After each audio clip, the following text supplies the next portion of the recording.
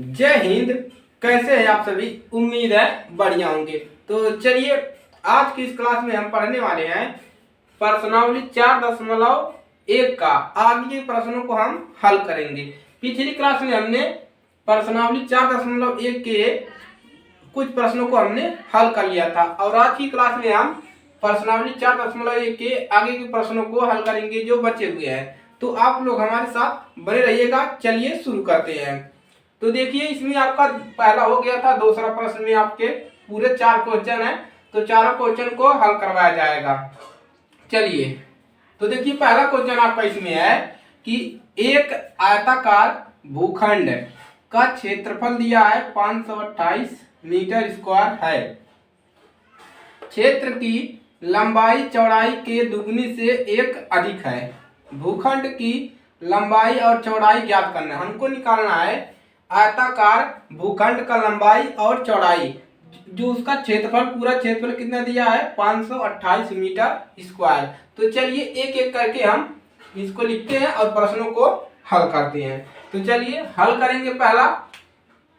चलिए पहला वाला हल करेंगे।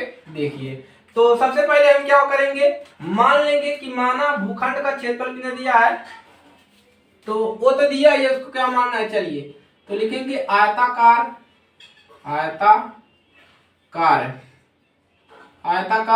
भूखंड का क्षेत्रफल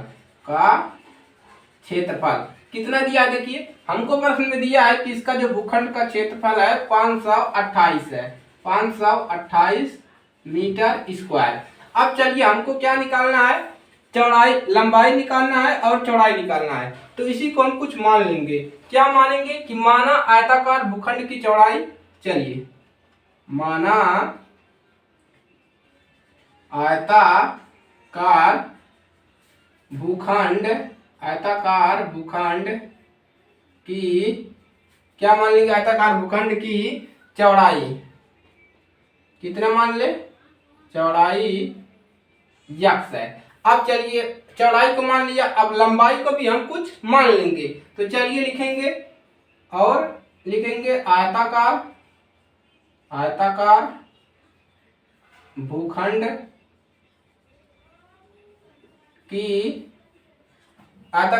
की अब चलिए, अब देखिए यहां से हमको समझने की बात है। देखिए क्या कह रहा है, क्षेत्र की लंबाई जो है, क्या कर रहा है, लंबाई जो है चौड़ाई के दुगने से 1 अधिक है। जो चौड़ाई है, लंबाई कितना है आपका आयताकार भूखंड की लंबाई। अब देखिए इस प्रश्न में समझने की बात यह है, कह रहा है क्षेत्र की लंबाई जो है, जो लंबाई है चौड़ाई के दुगने से 1 अधिक है, यानी कि चौड़ाई से दुगना है। तो चौड़ाई कितना है, x है। और कह रहा है, देखिए यहाँ पर लंबाई चौड़ाई के दुगने से 1 अधिक है, यानी कि लंबाई जो है दुगना है और इस चौड़ाई से 1 अधिक है, तो ये मिल जाएगा। इतना हमको मिल गया। चलिए अब हम यहाँ पर बताएंगे आयताकार, आयत बराबर क्या होता है, लंबाई गुणे चौड़ाई होता है। तो ये लिखेंगे क्षेत्रफल बराबर जो आपका होता है लंबाई गुणे चौड़ाई। तो चलिए लिख लेंगे क्षेत्रफल बराबर क्या लिखेंगे, देखिए इधर लिख रहे हैं क्षेत्रफल बराबर क्या होता है आपका, लंबाई गुणा में चौड़ाई। यही होता है आपका क्षेत्रफल बराबर लंबाई गुणे चौड़ाई होता है। तो अब चलिए लंबाई कितना दिया है हमको, देखिए लंबाई 2x प्लस 1, और देखिए गुणा, इसको कोष्ठक में कर लीजिए, चौड़ाई कितना है x है। चलिए, और जो आयताकार, जो क्षेत्रफल कितना दिया है, यानी कि आयताकार भूखंड का क्षेत्रफल 528 दिया है, तो 528। चलिए अब इसका इसमें गुणा कर देंगे तो मिलेगा 2x स्क्वायर प्लस इसका इसमें करेंगे x बराबर 528। अब देखिए इसको इधर लाएंगे तो 2x स्क्वायर प्लस x, और ये प्लस इधर आएगा माइनस 528 बराबर 0। अब ये क्या बन गया हमारा, द्विघात समीकरण। अब हमको क्या करना है, इसको गुणनखंड करना है और यहाँ से हमको x का मान निकालना है। x और यहाँ पर x का मान निकालेंगे तो दोनों पर रखेंगे चौड़ाई निकल जाएगा और लंबाई निकल जाएगा। यहाँ तक क्लियर है? चलिए आगे बढ़ते हैं, नोट करिए। यहाँ तक क्लियर है? चलिए, तो क्लियर है सबका, तो आगे बढ़ेंगे और नोट करेंगे। चलिए, क्लियर है यहाँ तक? चलिए आगे बढ़ेंगे। चलिए, तो अब हमको इसी का गुणनखंड करना है। चलिए, ये हो गया है आपका। चलिए, तो उसका गुणनखंड करिए। चलिए, कितना मिलेगा देखिए। चलिए, 2x² प्लस कितना, देखिए गुणा करने पर आपको 528 आना चाहिए। 528 का इसमें गुणा कर देंगे तो मिल जाएगा 8 दूना 16 का 6 और 2 दूना 4 1 5 और 5 दूना 10, 1056। इसका गुणा यहाँ पर करोगे 1056 होगा। इस ऐसा गुणा कीजिए कि गुणा करने पर ऐसा 1056 आए और घटाने या जोड़ने पर 1 आए। तो चलिए उसी को बनाएंगे, क्या हमारा मिलेगा। चलिए, तो एक बार लिखते हैं 2x² प्लस x माइनस 528 बराबर 0। चलिए, तो आपको इसी प्रकार से सोचना पड़ेगा। तो इसका हो जाएगा 33 माइनस का 32 है, 33 और माइनस 32 है, और ये हो जाएगा यहाँ पर x और माइनस 528। इसी का गुणनखंड करना है और x का मान निकालना है। चलिए, चाहे जिस प्रकार से करिए। चलिए, तो देखिए क्या मिलेगा यहाँ से, 2x² plus 33x minus 32x और माइनस 528 बराबर 0। चलिए, देखिए इन दोनों में से क्या x कॉमन हो रहा है, तो x कॉमन कर लेंगे। तो यहाँ पर देखिए 2 भी कॉमन हो रहा है, तो यहाँ पर हम सिर्फ x कॉमन हो रहा है, तो x कॉमन करेंगे। यहाँ पर मिलेगा 2x और प्लस यहाँ पर 33 बचेगा, प्लस यहाँ पर देखिए कितना कॉमन होगा, 16 कॉमन करेंगे। 16 कॉमन करेंगे तो यहाँ पर मिलेगा माइनस का 16 कॉमन होगा। देखिए, तो यहाँ पर मिलेगा 2x और प्लस हो जाएगा, ये मिलेगा 16 और इसका गुणा करेंगे कितना मिलेगा, 33 हो जाएगा इतना। तो 33 बराबर 0। एक बार इसको लिखेंगे और एक बार इसको, तो 2x प्लस 33 और x माइनस 16 बराबर 0। अब यहाँ पर देखिए 2x प्लस 33 बराबर 0 और x माइनस 16 बराबर 0। अब देखिए क्या मिलेगा, यहाँ से x बराबर मिलेगा माइनस 33 बटा में 2 और यहाँ पर x बराबर मिलेगा 16। तो ये हमको प्लस वाला जो मान आता है उसी को मान को हम उसमें रखेंगे। तो चलिए, अब यहाँ से क्या लिखेंगे, आयताकार भूखंड की चौड़ाई। तो लिखेंगे आयताकार भूखंड की क्या निकला है, चौड़ाई कितना निकला, x था तो 16 मीटर। और लिखेंगे आयताकार भूखंड की लंबाई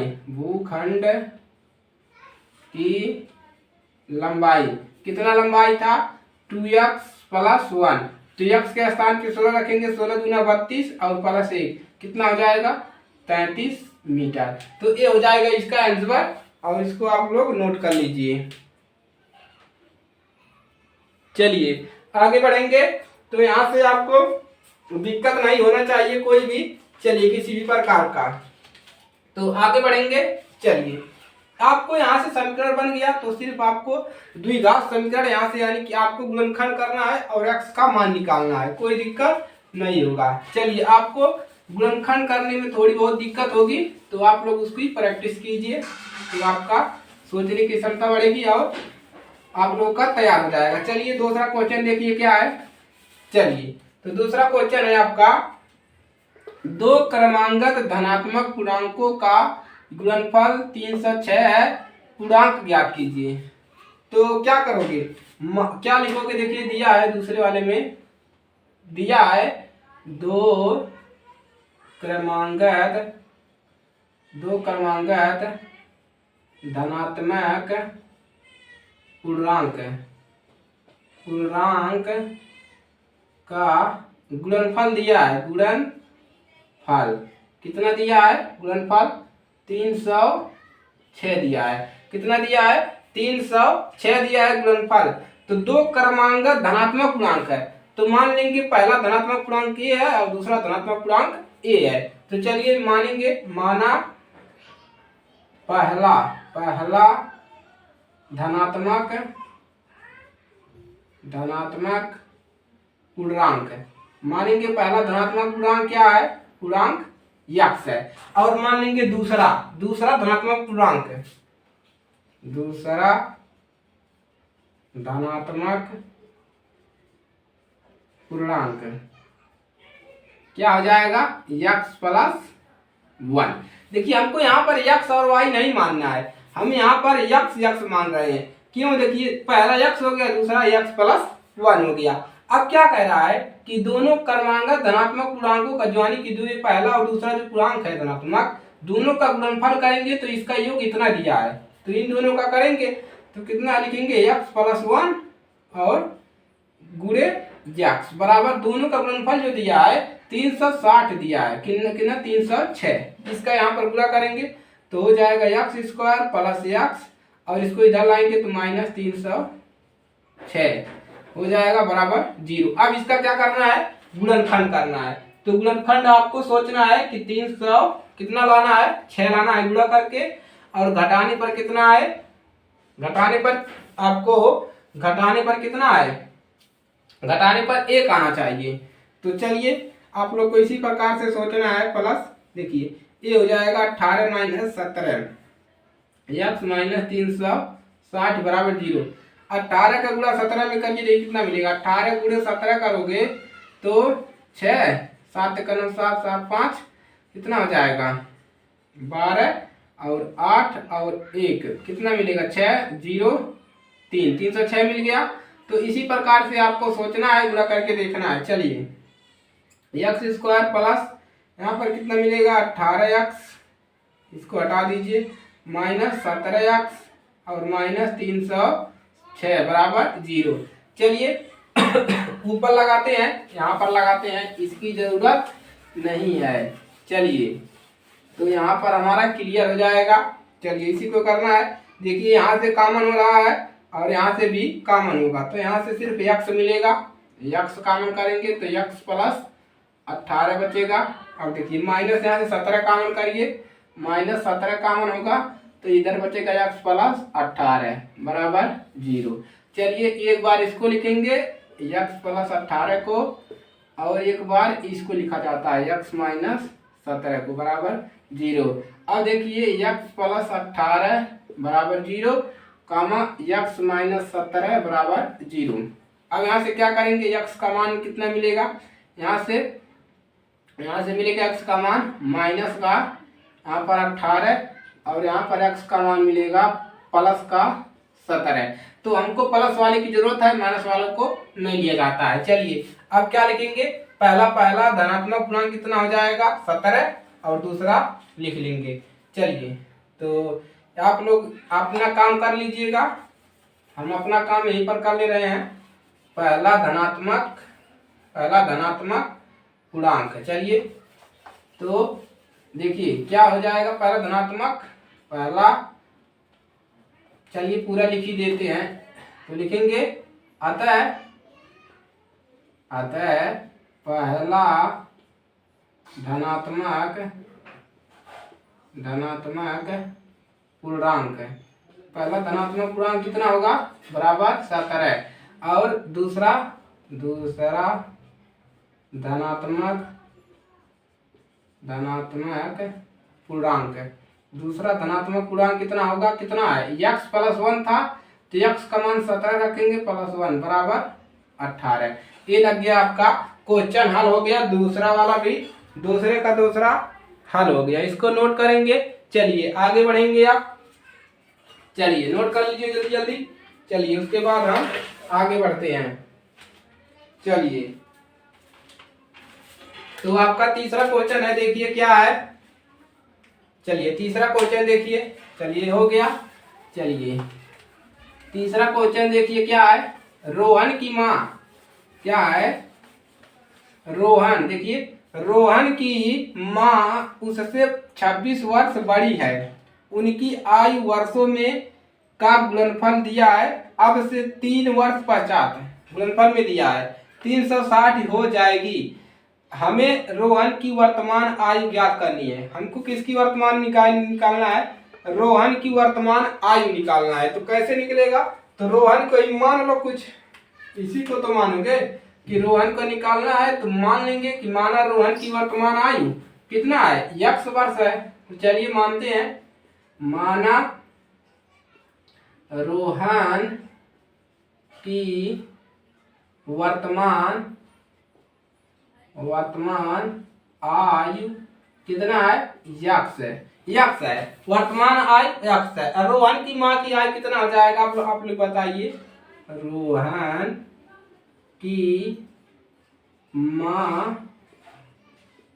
रोहन की माँ की आयु आप लोग बताएंगे कि उसकी माँ की आयु कितनी होगी।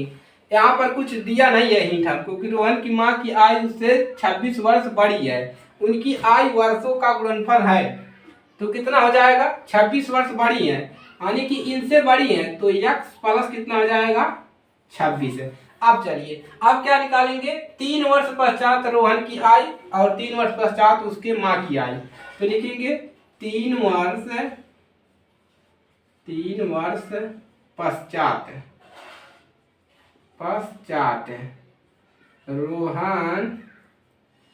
रोहन की आयु।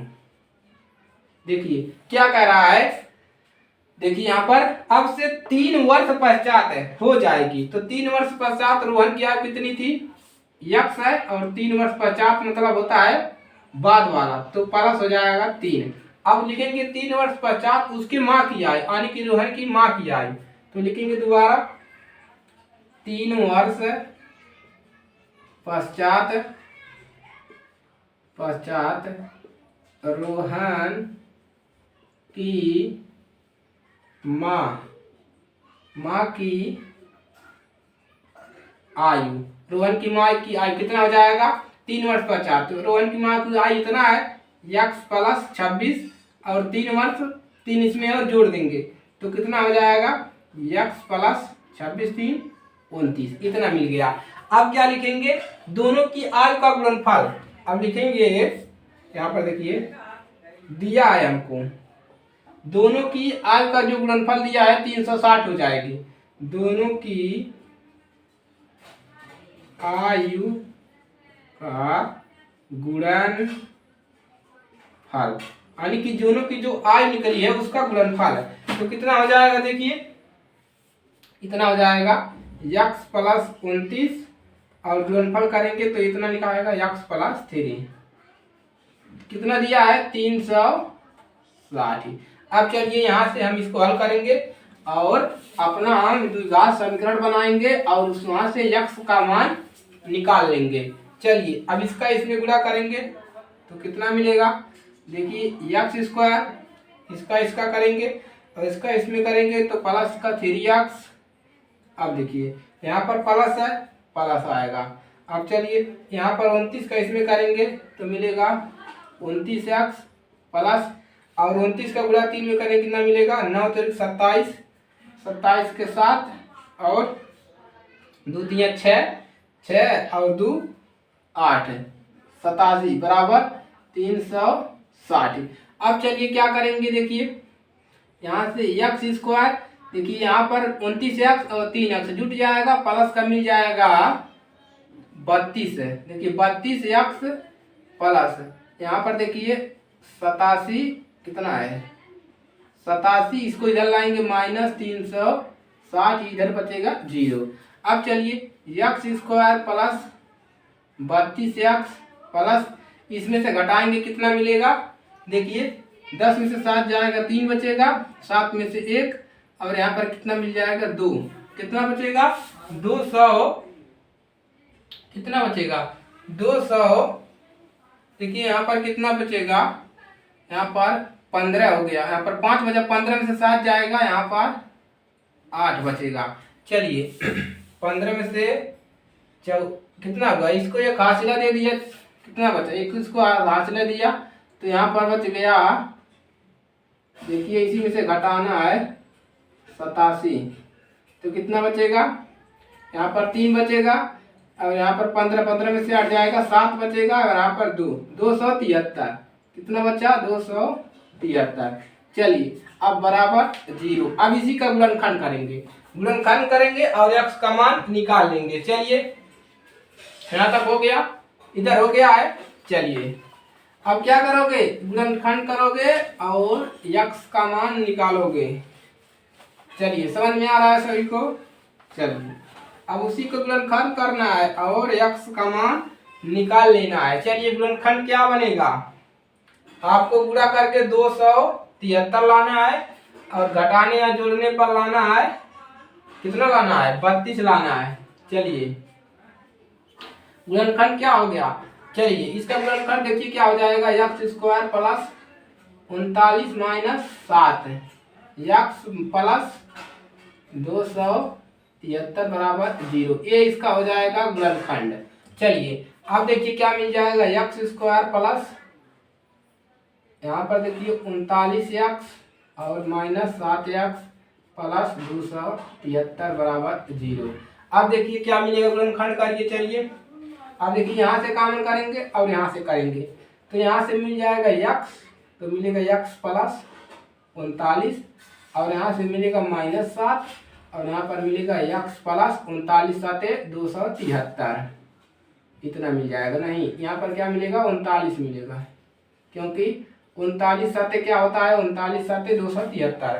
चलिए अब एक बार इसको लिखेंगे और एक बार इन दोनों को, तो x प्लस 39 और x माइनस 7 बराबर 0। चलिए यहाँ से x प्लस 39 बराबर 0 कामा x माइनस 7 बराबर 0। अब यहाँ से x बराबर मिल जाएगा माइनस 39 कामा और x बराबर यहाँ पर मिलेगा प्लस का 7। तो ए वाला मान हमको जरूरत है, तो हम लिखेंगे अतः रोहन की वर्तमान आयु।